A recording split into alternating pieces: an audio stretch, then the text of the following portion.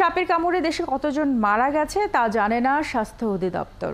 আক্রান্তের সংখ্যা কত তাও জানে না তারা। নেই প্রচলিত অ্যান্টিভেনমের কার্যকারিতা নিয়ে কোনো গবেষণাও। রাসেলস ভাইপারের আনাগোনায় নড়ে চড়ে বসা অধিদপ্তর বলছে এখন তাদের কাছে প্রায় 20,000 ভায়াল অ্যান্টিভেনম আছে। এই মজুদ যথেষ্ট না হওয়ায় বিশ্ব স্বাস্থ্য সংস্থার কাছে আরও 10,000 ভায়াল অ্যান্টিভেনম চাওয়া হয়েছে। নিরীক্ষা চলছে নতুন অ্যান্টিভেনম নিয়েও। ডলার মেহেদির প্রতিবেদন।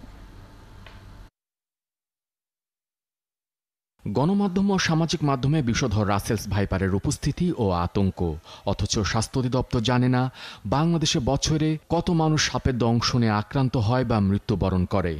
সাপের প্রধান চিকিৎসা অ্যান্টিভেনম। সাধারণত সাপে কাটা রোগীকে 2 থেকে 3 ডোজ অ্যান্টিভেনম প্রয়োগ করলে তারা বেঁচে যান, কিন্তু সম্প্রতি 8 ডোজ অ্যান্টিভেনম দেওয়ার পরও মৃত্যু ঘটছে। কিন্তু স্বাস্থ্য অধিদপ্তর জানে না কোন সাপে কেটেছে। যদিও এবছর অধিদপ্তর প্রায় 20,000 ভায়াল মজুদের লক্ষ্যমাত্রা স্থির করেছে। এর মধ্যে 16,000 ভায়াল অ্যান্টিভেনম দেশের বিভিন্ন প্রান্তে সরবরাহ করা হয়েছে। বাকি 4,000 ভায়াল হাতে এলেই সরবরাহ করা হবে। আমরা যে অ্যান্টিভেনমটা ব্যবহার করছি এটা তো ইন্ডিয়ার যেসব স্নেক আছে তাদের ভেনমের অ্যাগেন্সটে সবচেয়ে ভালো কাজ করবে।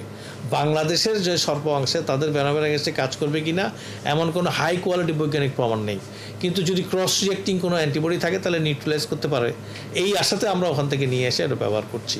প্রচলিত অ্যান্টিভেনমের বাইরে কেবল রাসেলস ভাইপার সাপের কামড়ে মৃত্যু প্রতিরোধে থাইল্যান্ডের প্রস্তুতকৃত একটি ভেনমের কার্যকারিতা খতিয়ে দেখতে চায় স্বাস্থ্য অধিদপ্তর।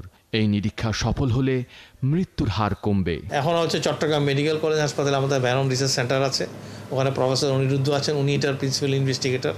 জার্মান ইনভেস্টিগেটর যিনি আছেন উনারও রেডি, অর্থ দিতে রেডি। শুধুমাত্র কাজটা বাকি হলো যে থাইল্যান্ড থেকে আমাদের অ্যান্টিভেনমটা আনা এবং এই যে রেগুলেটরি রিপোর্টগুলোকে নিয়ে নেওয়া। এটা যদি আমরা এই মাসের মধ্যে করতে পারি আমাদের কাজটা নামাতে পারবো। আমরা হয়তো পুরো 1 বছর ব্যাপী কাজ করবো না, হয়তো 6 মাস ব্যাপী আমরা কাজ করে দেখতে চাই যে এই স্পেসিফিক রাসেলস ভাইপার অ্যান্টিভেনমটা আমরা এখন যেটা ব্যবহার করছি এটাকে ভালো কিনা।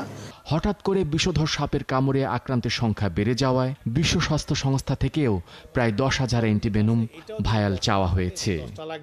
মোট 100 ভায়াল করে আমরা দিতে পারবো। ডলার মেহেদি, 71, ঢাকা।